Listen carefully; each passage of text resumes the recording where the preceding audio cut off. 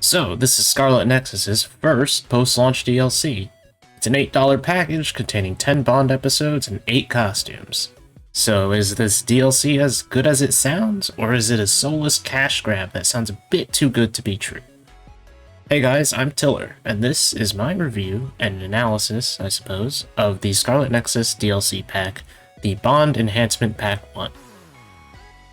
So as usual, I'll be dividing this up into two parts, the Rant and the Rave. For starters, I'm going to do the Rave this time. But also, a bit of a side note, the Bond episodes included in this are meant to be played near the end of the game. If you're watching this as a new player or someone who is trying to figure out whether they want to buy the DLC along with the game, I recommend that you skip to the verdict since I cannot properly talk about these episodes without giving away some plot details, but this is going to be very brief as it is just a DLC pack. The DLC pack comes with new Bond episodes. These are the stars of the show. These Bond episodes focus on developing the characters along with developing the relationships between specific characters. Instead of providing 10 Bond episodes for one route, the team decided to take the route of making 5 per route, with 2 members of your party involved in each. Meaning, you get essentially 2 episodes for each character. These episodes are entertaining and continue to consistently strengthen the characters in this game. They include sections of gameplay, so it's not like you're relegated to watching a bunch of cutscenes. And I think it's a welcome addition to the game. Each episode provides you with pictures and accessories, as well as a new Bond skill, being the EX Crush. For $8, I felt like I got all that was worth in these Bond episodes. So the costumes are basically the same models with some small flourishes. I think Yuito and Hanabi's costumes had the most new flair, that looked like the most different from their base forms. But all in all, as far as I could tell, these costumes are not as nice as I was hoping for. As with all the existing costumes, they're mostly palette swaps with some minor model modifications. But it's nothing, to me it's nothing extremely special. And the release of this DLC makes the other $20 package that exists feel a little overpriced. And I'm sure people thought it was overpriced before, but $20 for that pack is so expensive, and you can't buy those costumes alone, outside of the art book and the soundtrack, so it makes it a bit of a hard sell. But that does make this pack a lot more worthwhile. I just feel like the costumes in this pack are a little underwhelming. They're not that bad. I like them, but it's a little rough considering the fact that it is just more palette swaps. And that's, not a huge deal, not a deal breaker. For $8, I'd say you're not missing much by getting a couple of palette swaps along with the Bond episodes. Ultimately, I'm very happy with how this DLC pack turned out.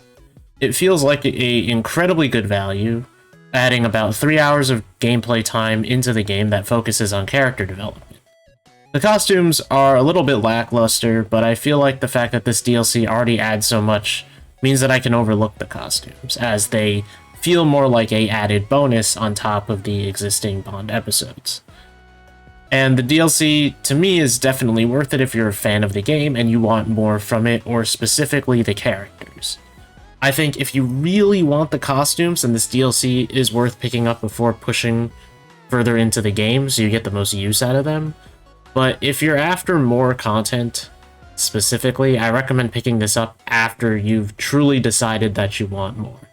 And specifically Bond episodes, as they are more cutscene based, so there is little bits of gameplay mixed in, but it's not the main focus of the DLC. And $8 isn't really a high price, but if you're not sure how much you want these Bond episodes as opposed to something like a story edition, I think you might want to place your order more towards the end of your run, or when you decide if you want the Bond episodes on top of the costumes as opposed to... Because you're not getting story editions, is what I'm saying. This doesn't extend the story. It extends the characters, but not the story. And I think it's good. I think it's a fantastic addition, but you might think otherwise, and that's okay. But and $8 isn't a high price, but you know, every dollar counts at the end of the day, right? So this has been Tiller, and I hope you guys enjoyed this video. Remember to leave a like if you enjoyed it, and if you want to see more content like this, then subscribe to the channel. Also, as a side note, I said I would be posting the Shin Megami Tensei 5 review this week. Might need to be next week. So I've run into a little bit of a problem because I am not very good at video games, and SMT 5 is particularly difficult.